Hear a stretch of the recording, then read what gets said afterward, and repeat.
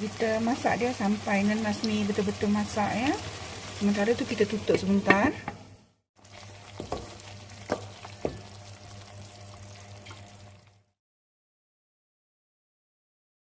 Assalamualaikum warahmatullahi wabarakatuh dan salam sejahtera sahabat-sahabat semua. Kita jumpa lagi di channel Masakan Umi Haja. Hari ini Umi nak masak atau nak buat pajeri nanas cara Umi, senang dan ringkas serta mudah ya. Bahan-bahan yang diperlukan: 1 biji nanas, 4 sudu makan serbuk kari, bunga lawang, kulit kayu manis, buah pelaga, 1 sudu besar serbuk lada ataupun serbuk cili ya. Umi guna serbuk lada babas ya.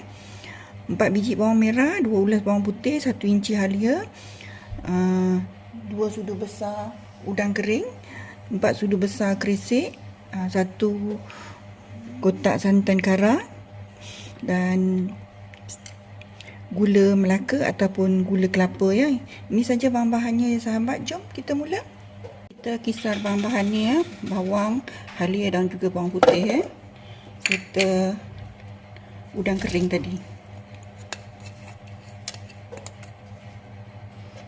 Dan kita letak sedikit air ya.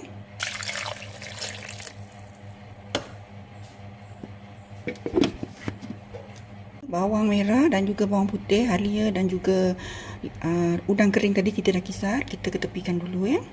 Kita letak minyak ya, kemudian kita panaskan.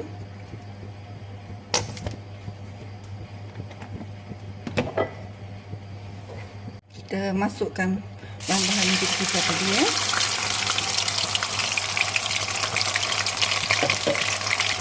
Kita tumis ya sampai dia pecah minyak ya.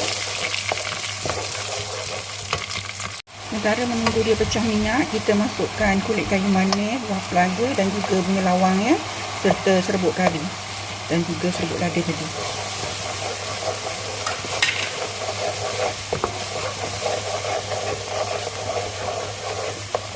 Kita masukkan air bilasan blender ya.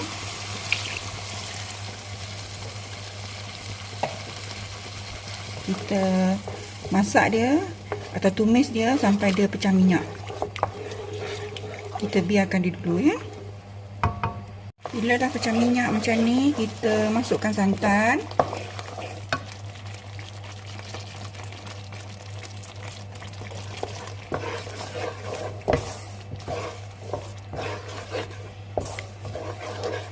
Kita biarkan dia sampai dia mendidih. Kemudian kita masukkan kerisik sekali dan juga gula. Umi masuk lebih kurang dalam 4 sudu kecil ni ya. Sudu ni Umi masukkan garam sekali ya.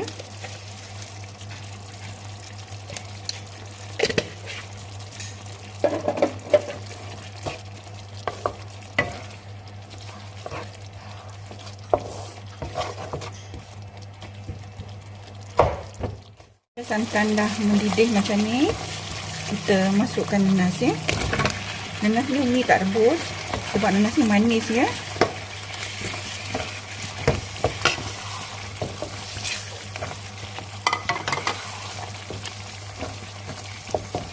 Sebab Umi guna nanas MD2 ya, dia tak perlu rebus, dia manis sangat.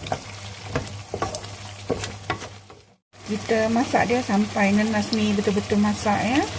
Sementara tu kita tutup sebentar. Kita tengok dia.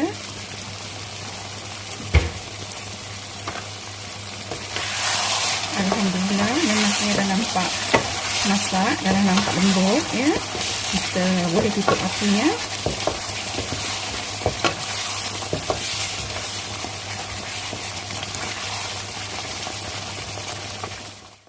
Ini dia pajeri nanas cara Umi, senang dan mudah serta sedap ya. Kita tutup api ya.